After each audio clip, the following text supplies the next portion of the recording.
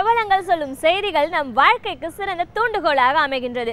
அந்த வகையில் இன்றைய சிறப்பு விருந்தினர் யார் என்பதை பற்றியும் அவர்கள் என்ன செய்திகள் நம்முடன் பகிர்ந்து கொள்ளப் போகிறார் என்பதையும் பார்க்கலாம். நம் விடியலை வா நிகழ்ச்சியின் அடுத்த பகுதியாக வரவிருப்பது சிறப்பு விருந்தினர் பகுதி.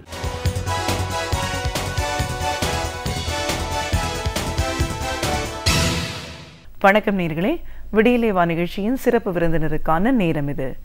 இன்றைய சிறப்பு விருந்தினர் கவிஞர் கவிச்சுரபி சுப சந்திரசேகர் அவர்கள். ஒரு கட்டிட தொழிலாளியான இவர் 9வது வகுப்பு கூட படிக்காம இருந்தாலும் கவிதை, இலக்கியம், தமிழ் மொழி மேல் இருக்கிற ஆர்வம் காரணமா இன்னைக்கு ஒரு கவிஞரா, பத்திரிகை ஆசிரியரா உருவான விதம் பத்தி அவர்கிட்ட கேட்டு நாம தெரிஞ்சுக்கலாம். வணக்கம் சார். வணக்கம்மா. ஒரு கவிஞரா எங்க நிகழ்ச்சிக்கு உங்களை முதல்ல வரவேற்கிறோம் சார்.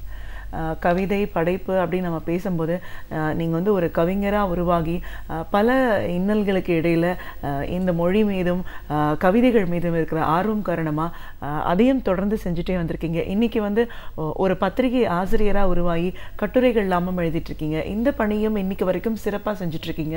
நிறைய கவியரங்கங்களில் கவிதைகள் படிச்சிருக்கீங்க, நிறைய போட்டிகளில் கலந்துக்கிட்டு விருதும் பெற்றிருக்கீங்க. அப்படின்னும் போது இப்படி ஒரு கட்டிட தொழிலாளியாக ஒரு கடினமான வாழ்க்கையில இருந்த ஒருத்தர் வந்து இந்த அளவுக்கு உயர்ந்தது அப்படின்றது வந்து ஒரு சாதாரணமான விஷயம் இல்லை. ஸோ இது சார்ந்த பல விஷயங்களை, கருத்துக்களை எங்க நேர்களோட இன்னைக்கு நீங்க முழுமையா பகிர்ந்துக்கணும் சார். முதல்ல இது சொல்லுங்க, நம்மளோட அன்றாட வாழ்க்கையே ஒரு போராட்டமா இருக்கு அப்படிங்கிறதுனாலதான் நம்ம வந்து எந்த வேலைக்குனாலும் நம்ம போகக்கூடிய ஒரு சூழல்ல தள்ளப்படுறோம்.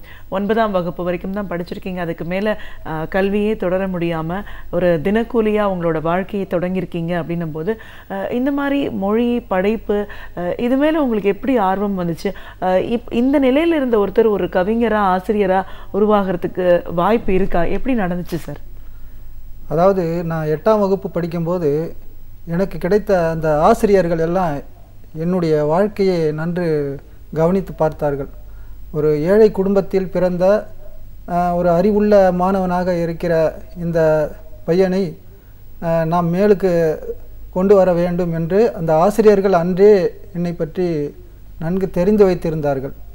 அதன் காரணமாக எனக்கு அடிக்கடி அவர்கள் கொடுக்கின்ற ஆலோசனை, அறிவுரை இதையெல்லாம் நான் அவர்களுக்கு பணிவாக அந்த நேரத்தில் எடுத்துக்கொண்ட அந்த பணிவுதான் என்னை இன்று இந்த அளவுக்கு உயர்த்தி இருக்கின்றது. ஆசிரியரை மதித்ததன் காரணமும் அவர்கள் காட்டிய வழியும் தான் என்னை இந்த கவிஞனாக உருவாக்கி இருக்கின்றது. பள்ளியில் படிக்கின்ற காலத்தில் 8ஆம் வகுப்பில் நடந்த கவிதை போட்டியில் என்னையும் கலந்து கொள்ள வேண்டும் என்று ஆசிரியரின் தூண்டுதலால் நான் முதலில் பள்ளியில் எழுதிய கவிதை 2ஆம் பரிசு பெற்றது. அந்த 2ஆம் பரிசு பெற்ற அந்த மகிழ்ச்சியில், இன்னும் நீ நன்றாக எழுதக்கூடிய வாய்ப்பு உனக்கு இருக்கிறது, உன்னிடம் நிறைய அறிவு இருக்கிறது, திறமை இருக்கிறது, இந்த திறமையை நீ விட்டுவிடக்கூடாது, உன்னை நீ வளர்த்து கொள்ள வேண்டும் என்று என் ஆசிரியர் எனக்கு காட்டிய அந்த வழிதான் இன்று வரை எனக்கு இந்த ஒரு வெற்றி பாதையில் கொண்டு வந்து விட்டிருக்கிறது. இன்னும் சொல்ல வேண்டுமென்றால், மாணவ பருவத்தில் ஒரு அறியா பருவம் அது. அந்த அறியா பருவத்தில் என்ன நடக்கிறது, ஏது நடக்கிறது என்று தெரியாத ஒரு பருவத்தில் குடும்ப சூழல் என்னை பல வகையிலும் மேலுக்கு கொண்டு வந்திருக்கிறது. என்னுடைய வெற்றிக்கும் என்னுடைய படைப்பு திறமைக்கும் ஒரு இந்த அளவுக்கு எனக்கு ஒரு வெற்றி கிடைத்திருக்கிறது என்றால் அதற்கெல்லாம் காரணமும் என்னுடைய வாழ்க்கையும் அனுபவங்களும் தான். இப்போ எப்படி சொல்லுங்க, 9ஆம் வகுப்புக்கு அப்புறம் உங்களால் படிப்பை தொடர முடியல அப்படின்ற ஒரு நெருக்கடி வந்தபோது தினக்கூலியாகவும் ஒரு கட்டிட தொழிலாளியாகவும் உங்களுடைய வாழ்க்கையை நீங்கள் தொடங்கியிருக்கீங்க. அப்பையும் இந்த கவிதைகள், படைப்புலக பணி எப்படி சேர்ந்து உங்களோட தொடர்ந்து வந்துச்சு? ஒரு நண்பர் எனக்கு கிடைத்த, பாலு என்கிற ஒரு நண்பர் எனக்கு கிடைத்ததன் காரணமாக திரைப்படத்துறையில் அவர் பணியாற்றி கொண்டிருந்த போது என்னையும் அந்த பணியில் சேர வேண்டும் என்று வற்புறுத்தி, படிப்பெல்லாம் ஒரு பெரிய விஷயமல்ல, உனக்கு நன்றாக கற்பனை திறன் இருக்கிறது, அதை நீ வளர்த்து கொள்ள வேண்டும் என்று அவர் என்னை தூண்டிவிட்டதன் காரணமாக பள்ளியில் படிக்கின்ற பொழுதே நாட்குறிப்பில் எனக்கு தெரிந்த அந்த கற்பனைக்கு வருகின்றதையெல்லாம் நான் எழுதி வைத்திருந்தேன். அது வந்து ஒரு திரைப்பட பாடல்களுக்கு சமமாக அது இருந்ததன் காரணத்தால் அதை அவர்கள் இதை வந்து ஒரு பாடலாக மாற்றிக்கொள்ளலாமே என்று அவர்கள் எனக்கு வழிகாட்டினார்கள். அந்த பாடலாக மாற்றப்பட்டதெல்லாம் பிற்காலத்தில் ஒரு திரைப்படத் துறையில் நுழைந்து அங்கும் திரைப்படத் துறையில் என்னுடைய திறமையை காட்ட வேண்டும் என்பதற்காக அப்போதே நான் திரைப்படத் துறைக்கு முயற்சி செய்தேன். அப்படி முயற்சி செய்து நண்பர்களெல்லாம் சேர்ந்து ஒரு திரைப்படத்தை தயாரிக்க வேண்டும் என்று ஒரு குழு கூடினார்கள். அந்த குழுவில் என்னையும் இணைத்து கொண்டு அந்த திரைப்படத்திற்கான ஒரு பாடல் காட்சியை உன்னால் அமைத்து தர முடியுமா என்று கேட்டார்கள். முதல் முயற்சியாக அந்த திரைப்படத்திற்கு நான் ஒரு பாடலை எழுதி கொடுத்தேன். அந்த பாடலும் சரியாக அமைந்து அந்த படமும் இடைவேளை வரை எடுத்து பிற்காலத்தில் அது வந்து ஒரு நிர்வாக கோளாறுகள், பணச்சிக்கல் போன்ற பொருளாதார பிரச்சனைகள் காரணமாக அந்த படம் வெளிவராமலே பாதியில் நின்று போன கதைக்கு பிறகுதான் நான் மீண்டும் இந்த இலக்கியத்தின் மீது ரொம்பவும் ஆர்வம் ஏற்பட்டு இலக்கியத்தில் இருந்து நம்முடைய வாழ்க்கையை தொடங்குவோம் என்று பல இலக்கிய அமைப்புகளோடு என்னை நான் இணைத்து கொண்டு ஒரு நண்பரின் மூலமாக இதழ்களில் உன்னுடைய கவிதைகள்லாம் வர வேண்டும் என்றால் இப்போதிருந்தே பத்திரிகைகளில் எழுத தொடங்கு என்று எனக்கு ஊக்கம் கொடுத்தார்கள். அதன் பேரில் நான் ஒவ்வொரு இதழ்களாக எழுத தொடங்கியதன் 15 பைசா அஞ்சல் அட்டையில் என்னுடைய கவிதை பயணத்தை நான் தொடர்ந்தேன். அப்படி என்னுடைய கவிதை பயணத்தை தொடர்ந்து முதல் கவிதையாக அச்சில் வந்தபோது ஏற்பட்ட ஆர்வத்தை கண்டு பிரமித்து போய் எழுத்தாளர் வள்ளிக்கண்ணன் அவர்கள் எனக்கு ஒரு நண்பராக கிடைத்தார்.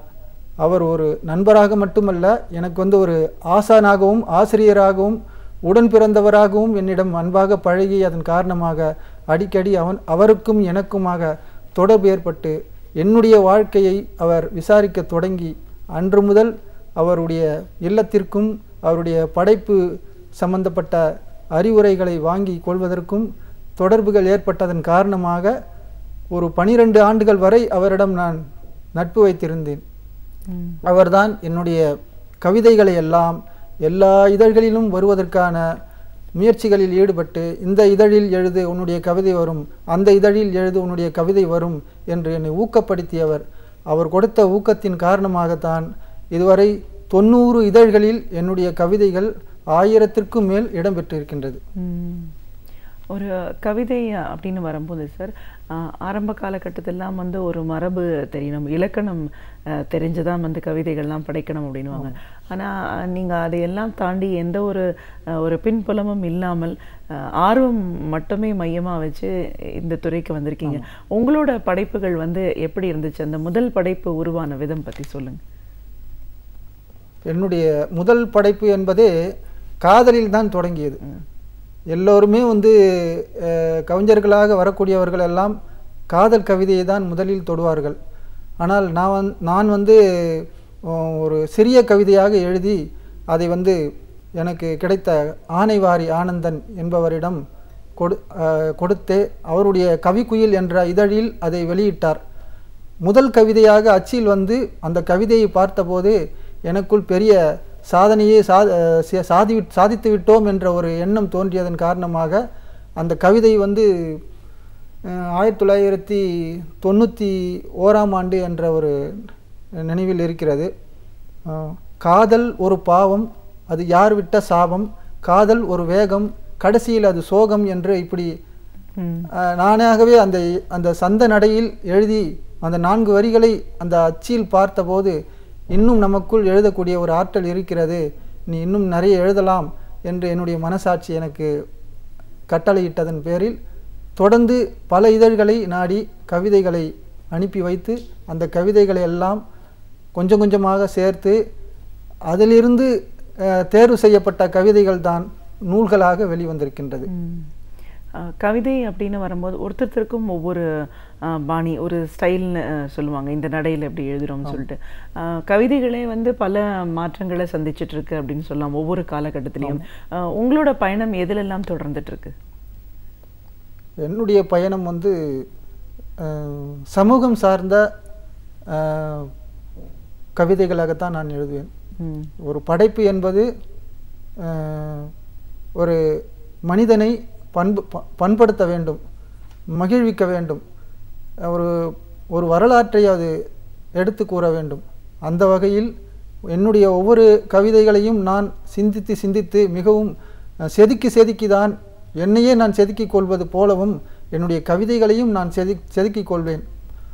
எனக்கு ஆசான் என்பவர்களும் குரு நண்பர்கள் என்பவர்களும் வளர்ச்சி அடைகிற காலத்தில் குறைவாக தான் இருந்தார்கள். நான் வளர்ச்சி அடைந்த பிறகுதான் எனக்கு ஏராளமான தமிழ் அறிஞர்களுடைய தொடர்பும் கவிஞர்களுடைய தொடர்பும் கிடைத்து முதல் கவிதையாக ஒரு மரபு நடையில் நான் எழுதினேன். ஏழை மனதில் எத்தனை ஏக்கங்கள் எவரும் அறிவதில்லை, ஏங்கும் அவனது உள்ள குமுறல்கள் எங்கும் தெரிவதில்லை, நாளை வரும் நேரம் என்பதில் நம்பிக்கை குறைவதில்லை, நல்லவர் போல நடித்திடும் சிலரின் வேடங்கள் களைவதில்லை. இப்படி அந்த கவிதை ஒரு இயல்பாகவே ஒரு எனக்குள்ளே நானே ஒரு சந்தத்தை ஏற்படுத்தி கொண்டு இப்படியாகவே நானே என்னை செதுக்கி கொண்டு எழுதப்பட்ட நடையில் பழகி கொண்டதால் அப்படியே இயல்பாகவும் எல்லோருடைய மனத்தில் பதியும்படியாகவும் என்னுடைய அந்த நடையை நான் அமைத்து கொண்டேன். மரபுக்கோ புது கவிதைக்கோ நான் எதிரியும் அல்ல. மரபையும் நேசிக்க வேண்டும், மரபிலும் நாம் முன்னேற வேண்டும் என்ற ஆர்வமும் துடிப்பும் இருந்தாலும் எனக்குள்ளேயே இருக்கிற அந்த எளிமையான அந்த ஓட்டத்தை வைத்தே நான் என்னுடைய படைப்புகளை செய்து வருகின்றேன். இந்த படைப்புகளை எல்லாம் பார்ப்பவர்கள் உனக்கு இலக்கணம் தெரியாவிட்டாலும் உன்னுடைய கருத்து நிறைய இருக்கிறது, சிந்தனை ஓட்டம் நிறைய இருக்கிறது, உன்னை சரியான இடத்தில் கொண்டு போய் வைத்தால் வழிகாட்டினால் நீ இன்னும் நன்றாக வருவாய் என்று பலருடைய பாராட்டுதல்களையும் அவர்களுடைய ஊக்கத்தையும் பெற்று அதன் பேரில் கொஞ்சம் கொஞ்சமாக என்னையே நான் செதுக்கி கொண்டதனால் இப்படியாகவே என்னுடைய இலக்கிய பயணமும் கவிதை பயணமும் தொடர்ந்து கொண்டிருந்தது. நடுவே இலக்கிய கவியரங்க கூட்டங்களிலும் கலந்து கொண்டு அந்த மன்றங்களில் கொடுக்கப்படுகின்ற தலைப்புகளை வைத்து உடனுக்குடன் கவிதை எழுதி மேடையில் வாசிக்கும்போது அருமையாக இருந்தது, உன்னுடைய கவிதையில் இந்த வரிகள் நன்றாக இருந்தது என்று பலர் என்னை பார்த்து கை கொடுப்பதும் பாராட்டுவதுமாக இந்த உற்சாகங்களும் தான் என்னை வளர்த்தெடுத்தது. இன்றைக்கும் என்னை சுற்றி இருக்கும் எல்லோருடைய அன்பும் நட்பும் தமிழ் அறிஞர்களுடைய நண்பர்களுடைய ஆதரவு தான், அவர்கள் கொடுக்கும் ஊக்கம்தான் என்னை வளர்த்து கொண்டிருக்கின்றது. என்னை வளர்த்தது இலக்கிய மன்றங்களும் இலக்கிய இதழ்களும் தான். என்னை ஒரு கவிஞனாக அடையாளம் காட்டியிருப்பது எது என்றால் சிற்றிதழ்கள் தான். ஏராளமான சிற்றிதழ்களுக்கு படைப்புகளை நான் உருவாக்குவதற்கு காரணமாக இருந்த வள்ளிக்கண்ணன் ஐயா அவர்களை நான் என்றும் மறக்க முடியாது. இந்த இடைவேளையில் தான் எனக்கு ஒரு நண்பர் கிடைத்தார். வசீகரன் என்ற என்னுடைய நண்பர் மின்னல் கலைக்கூடம் என்ற ஒரு பதிப்பகத்தை தொடர்ந்து பொதிகை மின்னல் என்கிற ஒரு மாத இதழையும் நடத்தி வருகின்றார். நான் கட்டட பணியை செய்துவிட்டு மாலையில் அவரை சந்திப்பதற்காக அவருடைய அலுவலகம் செல்வேன். அந்த அலுவலக நேரத்தில் அவரோடு பழகி நட்பு தொடர்பு ஏற்பட்டு அவர் என்னுடைய படைப்புகளை எல்லாம் பார்த்து என்னுடைய நிறைய திறமை இருக்கிறது, அறிவு இருக்கிறது, ஒரு கட்டட தொழிலாளியாக நீ இருந்து கொண்டு இந்த சிரமங்களை எல்லாம் பார்க்காமல் ஒரு முயற்சியோடு ஊக்கத்தோடு நீ இவ்வளவு அழகாக கவிதை எழுதுகின்றாயே, உன்னிடம் நிறைய அனுபவம் இருக்கிறது என்று என்னை அவருடன் இணைத்து கொண்டார்.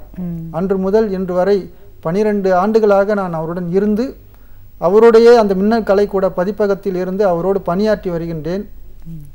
அவர்தான் என்னை ஒரு இதழுக்கு ஆசிரியராக என்னுடைய திறமையை பார்த்து நீ ஒரு ஆசிரியராக இருக்கிற தகுதி இருக்கு, உன்னை நான் ஆசிரியராக ஆக்குறேன் அப்படின்னு சொல்லி என்னை மின்னல் தமிழ் பணி என்ற ஒரு இதழை தொடங்கி அதற்கு என்னை ஆசிரியராக நியமித்து இன்று வரை அது 6 ஆண்டுகள் கடந்து வெற்றிகரமாக சென்று கொண்டிருக்கிறது. அந்த மின்னல் தமிழ் பணியில் இடம்பெறுகின்ற அந்த கட்டுரைகளை எல்லாம் பலர் அதை படித்துவிட்டு நிறைய பாராட்ட செய்கின்றார்கள், நிறைய கடிதங்கள் வருகின்றது. என்னுடைய அந்த கட்டுரையை படித்துவிட்டு பல இதழ்களும் எடுத்து நன்றாக இருக்கிறது என்பதால் இதை வெளியில் தெரியப்படுத்த வேண்டும் என்பதற்கு அதை அவர்கள் பிரசுரித்து என்னை பெருமைப்படுத்தி இருக்கின்றார்கள். நிச்சயமா சார். முதல்ல இந்த கவியரங்கங்கள்ல நிறைய இடத்துல நீங்கள் கலந்துக்கிட்டு இருக்கீங்க அப்படின்னு சொல்லியிருக்கீங்க.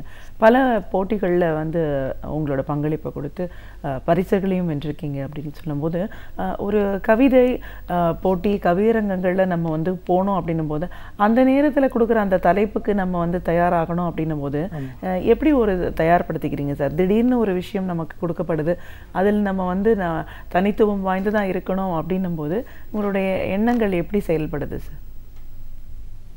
அதற்காக நான் எந்த நூல்களையும் படிப்பதில்லை. நான் என்னை சுற்றி இருக்கிற அந்த சூழல்களையும் நான் ஏற்கனவே படித்ததின் அனுபவங்களையும் வைத்து அந்த தலைப்பை உள்வாங்கி கொண்டு அந்த தலைப்புக்கு ஏற்றது போலவே என்னுடைய இயல்பான நடையில் என்னுடைய படைப்புகளை அமைத்து கொண்டு கவியரங்க மேடைகளில் போட்டிகளில் கலந்து கொள்வேன். சில நேரங்களில் பரிசும் கிடைக்கும், சில நேரங்களில் வாழ்த்து மட்டுமே கிடைக்கும். அப்படி பரிசு கிடைத்து நிறைய அரங்கங்களில் பரிசுகளை பெற்று வந்திருக்கின்றேன். இதை கேட்டேன்னா, ஒரு உதாரணத்துக்கு ஒருத்தர் இந்த மாதிரி ஒரு போட்டியில கலந்துக்கணும் அப்படின்னு நினைக்கிறவங்களுக்கு உங்களோட பதில் வந்து ஒரு வழிகாட்டியா இருக்கணும் அப்படின்னா எப்படி தயாராகிக்கணும்? அவங்க எந்த தலைப்பை கொடுக்குறாங்களோ அந்த தலைப்பை நாம் உள்வாங்கி கொண்டு அந்த கருத்தையும் நாம் முன்னதாகவே மனதுக்குள் யோசித்து சிந்தித்து வைத்து கொண்டு அந்த கருத்தை ஒட்டியே நாம் நம்முடைய படைப்பை அமைத்து கொண்டு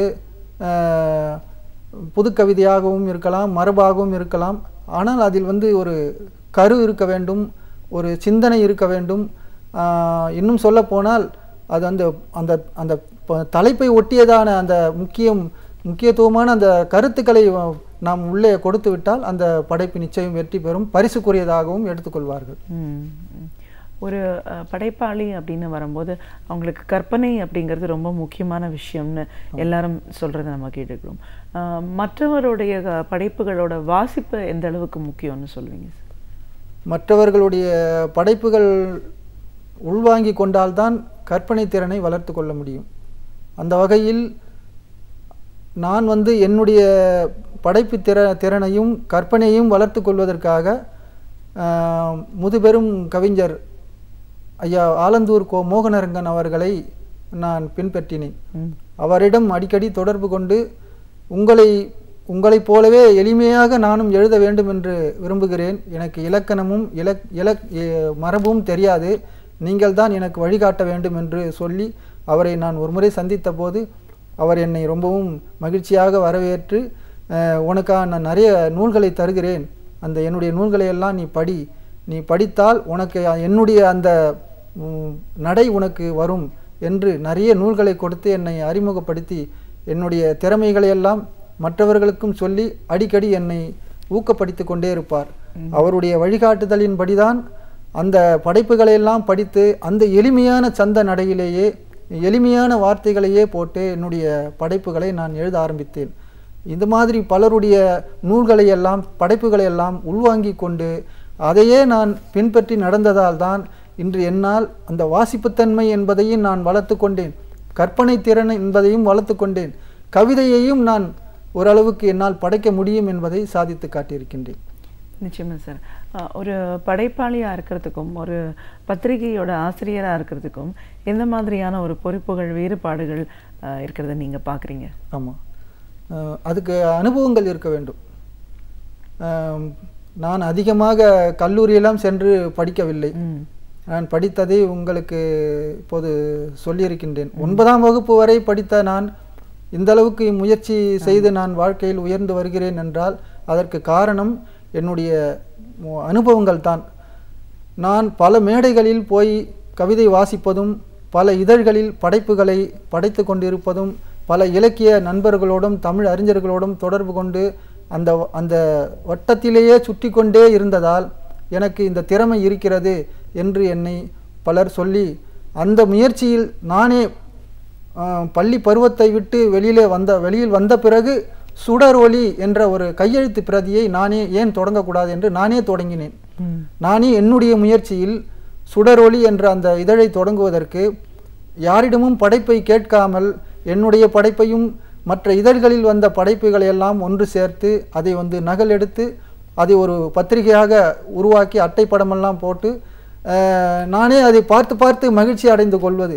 நமக்குள்ளே இப்படி ஒரு திறமை இருக்கிறது, இதை நாம் பின்பற்றி ஒரு இதழ் ஆசிரியராக ஏன் வரக்கூடாது என்று அப்போதே சுடரொளி என்ற அந்த இதழை ஒரு 2 ஆண்டுகள் கையெழுத்து பிரதியாக கையிலே எழுதி நண்பர்களிடம் படைப்பை வாங்கி அதை தனிச்சுற்றாக மட்டும்தான் பார்ப்பவர்களுக்கெல்லாம் கவிஞர்களுக்கு நண்பர்களுக்கு இலக்கிய கூட்டங்களில் இப்படி அதை கொடுத்து அதை பற்றி அவர்கள் என்ன நினைக்கின்றார்கள், அவர்களிடமிருந்து என்ன மாதிரியான கருத்துக்கள் வெளிப்படுகிறது என்பதையெல்லாம் கவனித்து இது என்னை வளர்த்து கொண்டதற்கு ஒரு காரணமாகவும், நான் இன்று இந்த பத்திரிகை ஆசிரியராக வருவதற்கு காரணமாகவும் ஒரு வழிகாட்டியாகவும் இருந்தது. அந்த அனுபவம் சுடரொளி என்கிற அந்த கையெழுத்து இதழும் தான் எனக்கு வழிகாட்டியாக இருந்தது.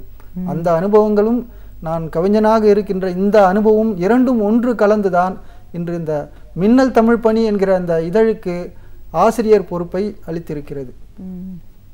ஒரு ஆசிரியர் அப்படின்னு வரும்போது சார், இந்த பத்திரிகைக்கு பல பேர் பல விஷயங்களை தகவல்களை அனுப்பி வைப்பாங்க. கவிதைகள் வரலாம், கட்டுரைகள் வரலாம், சிறுகதைகள். இதையெல்லாம் தொகுத்து ஒரு புத்தகத்தில் இதெல்லாம் இடம்பெற செய்யணும் அப்படின்னும் போது அது ரொம்ப ஒரு கடினமான ஒரு பணி தான் ஆசிரியருக்கு, எதைன்னு தேர்ந்தெடுக்கிறது அப்படின்னு சொல்லிட்டு.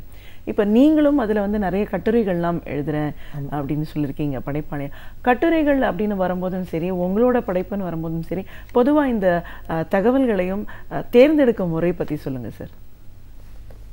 தேர்ந்தெடுக்கும் முறை என்பது நான் ஒருவனே செய்யக்கூடியதில்லை.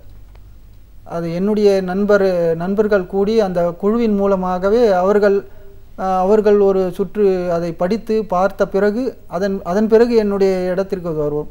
அதை நான் அவர்கள் சரி என்று சொன்ன பிறகு நானும் அதை ஒரு சுற்று பார்த்து விட்டுத்தான் இதை ஏற்றுக்கொள்ளலாம், போடலாம், இந்த படைப்பு இந்த இதழுக்கும் இந்த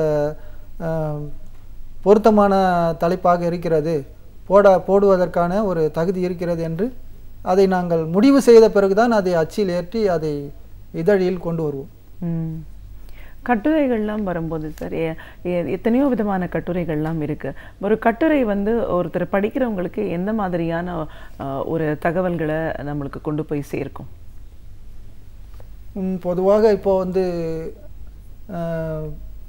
எய்ட்ஸ் சம்பந்தமாகவோ அல்லது மது பற்றியதாகவோ இப்படி சமூகம் சார்ந்த மக்களுக்கு விழிப்புணர்வை ஊட்டக்கூடிய படைப்புகளாக இருந்து அதில் மக்களுக்கு என்ன ஒரு தகவலை, ஒரு செய்தியை சொல்லுகிறார்கள், அதில் விஷயம் இருக்கிறதா என்று நாங்கள் கவனித்து பார்த்துதான் அந்த மாதிரியான கட்டுரைகளுக்கு முதலிடம் கொடுத்து அப்படிப்பட்டவர்களை நாங்கள் எங்களுடைய பத்திரிகை பணியில் ஈடுபடுத்தி அவர்களை தொடர்ந்து எழுதுவதற்கும் முயற்சி செய்து படைப்புகளை வாங்கி ஒவ்வொரு இதழிலும் நாங்கள் வெளியிட்டு அவர்களையும் நாங்கள் வளர்த்து வருகின்றோம். அந்த படைப்பின் மூலமாக எங்களுடைய இதழ் பணிக்கும் பெருமை சேர்க்கின்றது. ஒரு கட்டுரையாளராக, ஒரு கவிஞராக உருவாகணும் நிறைய பேருக்கு எண்ணம் இருக்கலாம். ஆனால் பல வேலைகளில் இருக்கோம், அதனால் நேரம் இல்லைன்னு சொல்கிறவங்களையும் பார்க்குறோம். ஆனால் நீங்கள் ஒரு கடினமான ஒரு உழைப்பாளியாக இருந்து இன்றைக்கி இந்த அளவுக்கு உயர்ந்திருக்கீங்க அப்படின்னும் போது இன்றைக்கி இருக்கிற இளைஞர்களுக்கு நீங்கள் என்ன சொல்லணும்னு நினைக்கிறீங்க சார்? அதற்கு காரணம் அவர்கள் தங்களை வளர்த்து கொள்ள நேரமில்லை என்பது சொல்வதெல்லாம் நம்ப தகுந்ததல்ல. நேரம் இருக்கிறது. எல்லா நேரங்களையும் நாம் தான் இதை இப்படி செய்ய வேண்டும், இதற்கு நேரம் இப்படி ஒதுக்க வேண்டும் என்று நாம் தான் நேரத்தை ஒதுக்கி கொள்ள வேண்டும். நான் இப்போது என்னையே நான் எடுத்துக்கொண்டாலும் கூட இந்த நேரத்தில் இதை செய்ய வேண்டும், இந்த இடத்திற்கு செல்வதற்கு முன்னாடி 1 மணி நேரத்திற்கு முன்னாடியே நாம் சென்று விட வேண்டும் என்று ஒரு கட்டுப்பாட்டுக்குள் நாம் வந்துவிட்டாலும் ஒரு ஆர்வத்தை நாம் வளர்த்து கொள்ள வேண்டும். ஆர்வமும் குறைவாக இருக்கிறது இன்றைய இளைஞர்களிடம். அவர்களை சுற்றி இருக்கும் சூழல்கள் அவர்களை சிந்திக்க விடுவதில்லை. இன்றைக்கு இருக்கிற அறிவியல் உலகத்தில் அவர்கள் இது பத்திரிகை சம்பந்தமான படைப்புகளெல்லாம் நாடி வருவதில்லை.